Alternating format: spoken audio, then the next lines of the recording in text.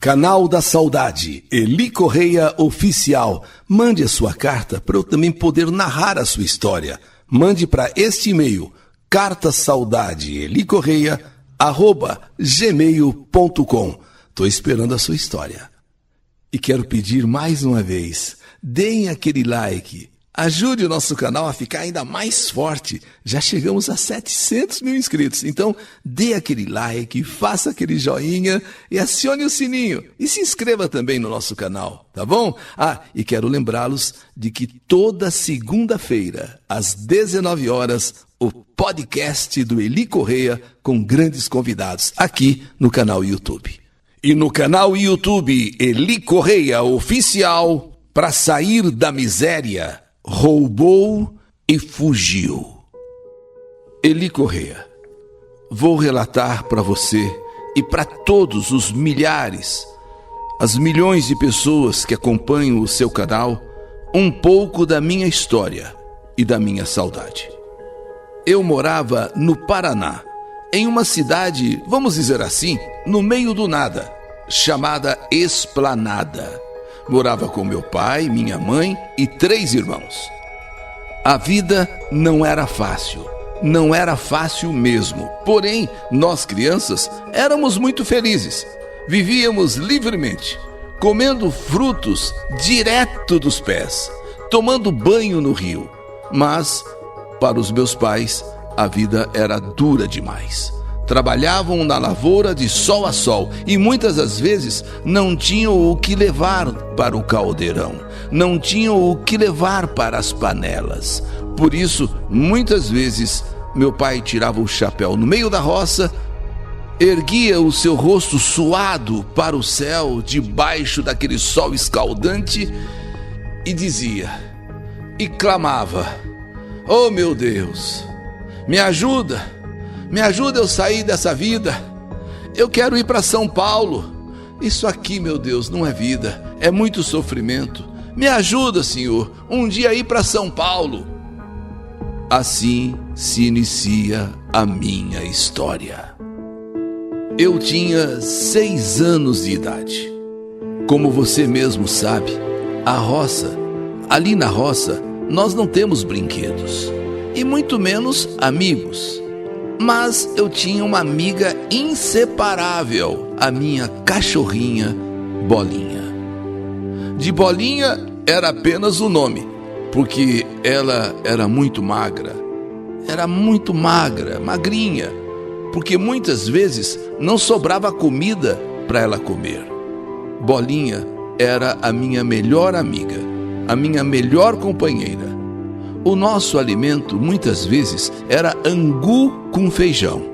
E sempre comia 2 colheres e deixava outras 2 para ela, para Bolinha. Um dia, meu pai, cansado daquela vida, fez uma coisa muito errada. Porque ele precisava muito tirar a gente daquela situação, tirar a gente daquela vida.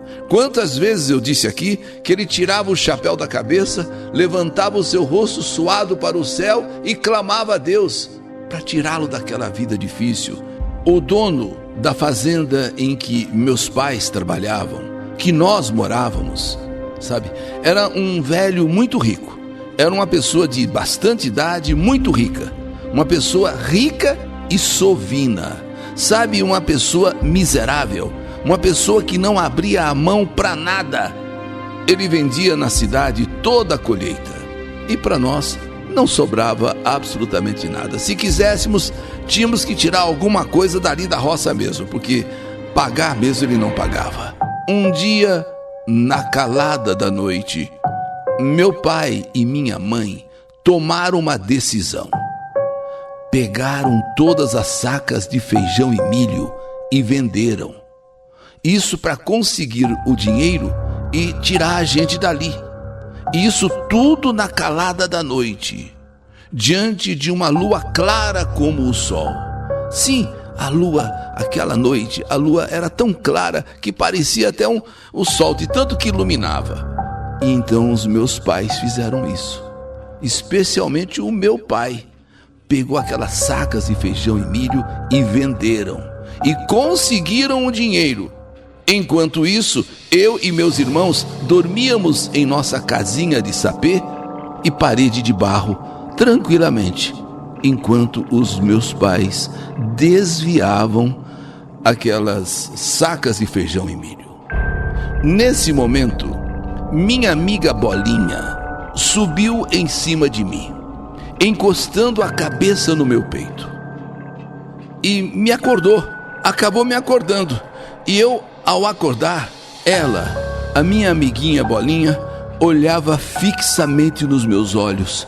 Ela me acordou a propósito, e eu acordei assim meio assustado, e ela, olhando fixamente nos meus olhos, deu um suspiro profundo. Ela, a Bolinha, deu um suspiro profundo, parecendo que sabia o que ia acontecer, ou o que já estava acontecendo naquela noite ali na fazenda.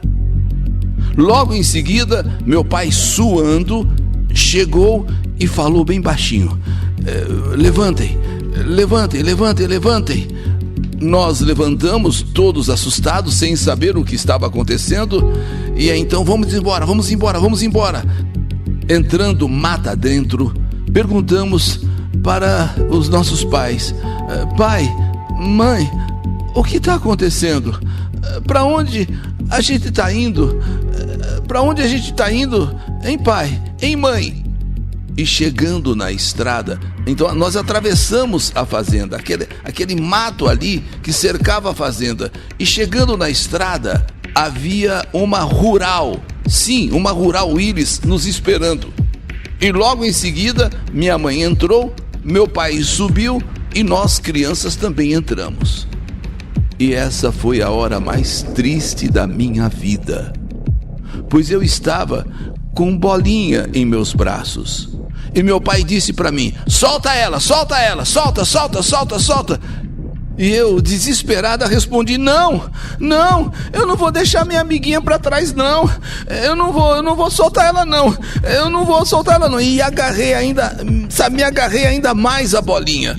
Infelizmente, meu pai ficou nervoso: solta ela, solta já. E eu tive que deixar minha Bolinha para trás.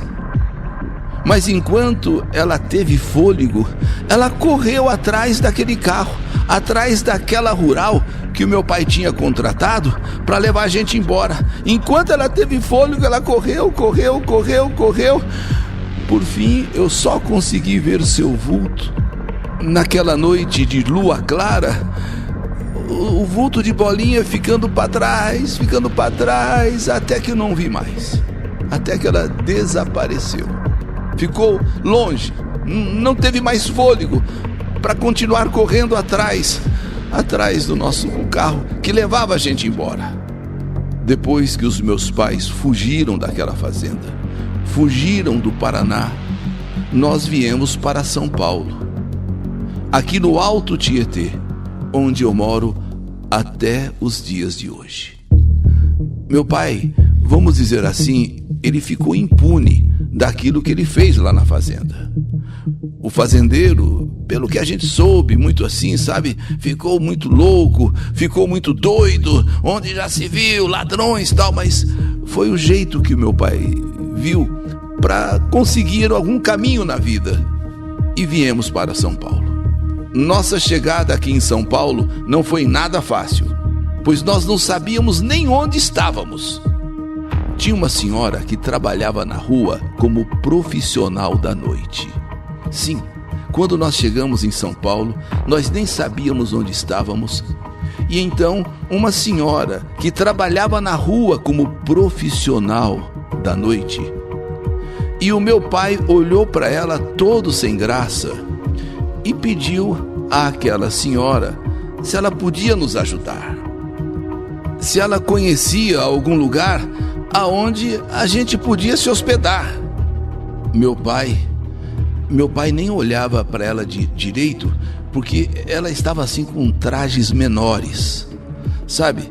Minha mãe, vermelha que nem um peru, vermelha que nem um pimentão, ela tampava os olhos da gente, os nossos olhos, porque a gente conseguia ver o bumbum dela, ela estava assim com roupas bem curtinhas.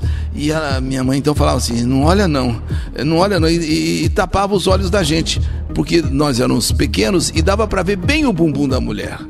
Aquilo para nós era coisa do outro mundo. Estar numa cidade como São Paulo, ali naquele centro, e uma mulher, uma senhora com aqueles trajes vendendo o corpo.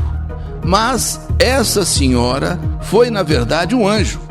Ela viu a situação do meu pai, da minha mãe, a situação ali das crianças, nós crianças. Ela nos levou para o albergue na Estação da Luz e nos apresentou lá, nos indicou lá uma pessoa. Bom, acabamos passando a noite lá.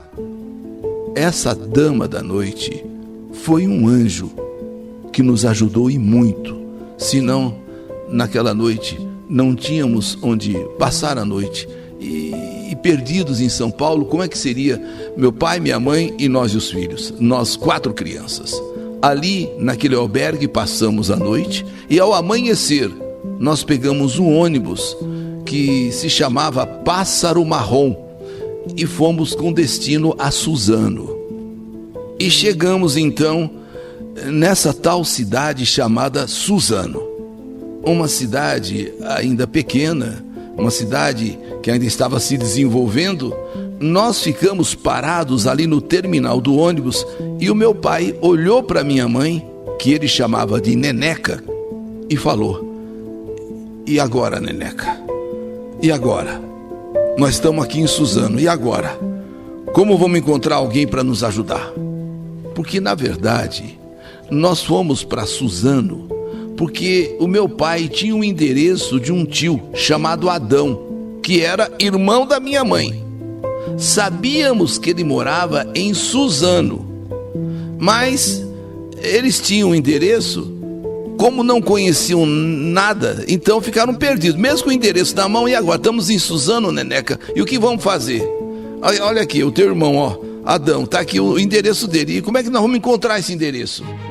Nesse momento, estava passando um homem com uma charrete vendendo sardinha no microfone. Ele estava assim com o microfone anunciando: sardinha, sardinha, tipo assim, pamonha, pamonha, mas ele vendia sardinha. Então o meu pai olhou para minha mãe e disse: Neneca, fica aqui, olha as crianças, não tira o olho das crianças, que eu vou falar com esse homem aí. Meu pai então saiu correndo atrás do peixeiro, porque além de sardinha, ele vendia outros peixes também, era o peixeiro. Então, correndo atrás do peixeiro, o peixeiro anunciando sardinha, né, e outros peixes, meu pai gritou por ele: por favor, por favor. Então, meu pai se aproximou, tirou do bolso um papel todo sujo de poeira, poeira vermelha, poeira do Paraná, lá é terra vermelha. Então, aquele papel todo sujo de poeira vermelha, e falou para o peixeiro, ali com aquele endereço naquele papel, né, do irmão da minha mãe, do tio Adão, se o peixeiro conhecia aquele endereço. Moço, pelo amor de Deus, ajuda nós, eu preciso encontrar o meu cunhado, o nome dele é Adão e o endereço é esse. O peixeiro então pegou o papel, pegou o nome do meu tio, e não é que ele saiu gritando ali na redondeza, vendendo peixe e ao mesmo tempo anunciando: atenção, atenção, seu Adão, atenção, atenção, Adão Martins, sua irmã Maria vulgo Neneca tá aqui no terminal com a família. Atenção, atenção, sardinhas, peixes, e seu Adão, Adão Martins, atenção, seu Adão Martins, sua irmã Maria vulgo Neneca tá aqui no terminal de Suzano com a família, venha buscá-los, eles estão sem saber para onde ir. E não é que deu certo, o peixeiro anunciando peixe e anunciando o nome do meu tio. Meu tio estava de folga nesse dia.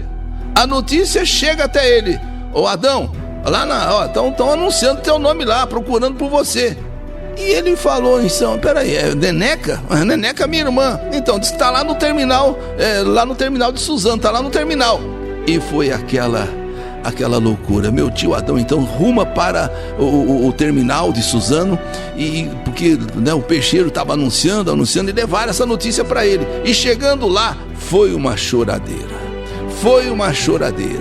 Nossa, de tantos anos depois, o encontro da minha mãe com meu tio, o meu pai, nós as crianças, olha, foi uma choradeira. Nos acharam. Finalmente nós fomos encontrados, graças ao peixeiro. Em São Paulo, graças àquela mulher da noite. Em Suzano, graças ao peixeiro. E agora que fomos encontrados, o meu tio nos levou para a casa dele, para ficarmos lá, claro, juntos com ele. Mas como meu pai era muito sistemático, ele queria logo arrumar um cômodo para a gente morar, para não dar trabalho para os outros. E ali começou a nossa vida em Suzano. Meu pai aprendeu o ofício de pedreiro. Ganhava muito pouco. Ele não chegou a comprar uma casinha, que era o sonho dele, com o trabalho dele.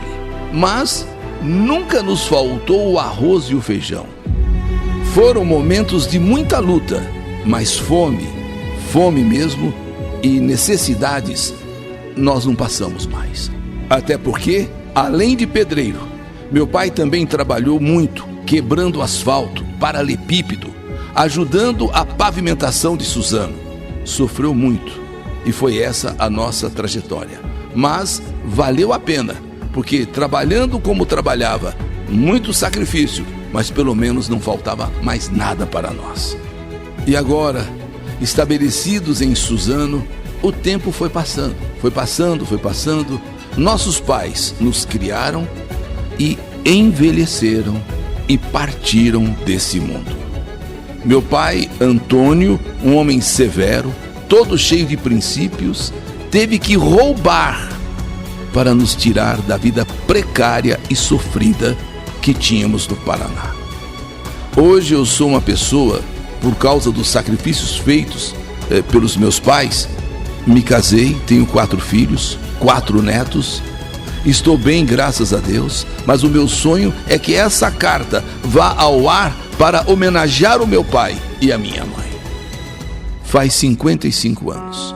Eu não consigo esquecer daquele dia que tivemos que fugir da fazenda, por aquilo que meu pai fez, aquelas sacas de milho, aquelas sacas de feijão, ele ter desviado, vamos dizer, ter roubado, e com aquele dinheiro, enfim, foi a história que eu já contei nessa carta. Não consigo esquecer a tristeza estampada nos olhos da minha cachorrinha Bolinha, que tive que deixar para trás. Me lembro que vim chorando a viagem inteira só pensando em Bolinha, só pensando nela, minha amiguinha, minha companheira, que era realmente a minha amiga de todas as horas. E lembrando dela correndo atrás daquela rural. Aquela rural levando a gente embora na calada da noite da fazenda. E ela, Bolinha, vindo correndo. Enquanto teve fôlego, ela correu. E depois ficou para a saudade. Hoje eu sou leitora de Chico Xavier. E lá ele diz que animais têm alma e que todos têm um cantinho no céu. E se Deus assim permitir, eu vou ver você um dia, minha amiga Bolinha. Um dia eu quero te encontrar no céu. Eu tenho certeza, como leitora de Chico Xavier, que esse encontro vai acontecer um dia aí no céu. Eu voltar a poder te abraçar, te sentir e te amar, minha querida amiguinha, companheira Bolinha. Sim, eu também me tornei devota de São Francisco de Assis, o protetor dos animais. Também sinto falta dos meus pais que vieram a falecer. Eu hoje, aqui nesta carta, contando a minha história, eu quero agradecer, Eli Corrêa, pela oportunidade que você me dá de contar a minha história. Meu pai Antônio, como eu disse, homem severo, todo cheio de princípios, teve que roubar para nos tirar da vida precária e sofrida que tínhamos no Paraná. Hoje eu sou uma pessoa que me casei, tive 4 filhos, tenho 4 netos, estou bem com a graça de Deus, mas o meu sonho é que essa carta vá ao ar no canal YouTube, para que eu possa homenagear meu pai, minha mãe e minha querida Bolinha, minha querida amiga Bolinha, que fui obrigada a deixar para trás. Mas um dia, eu tenho fé, vou também encontrá-la no céu. Essa é a minha história, história que a vida escreveu. Que saudade de você! Para sair da miséria, roubou e fugiu. História do canal YouTube Eli Correia Oficial.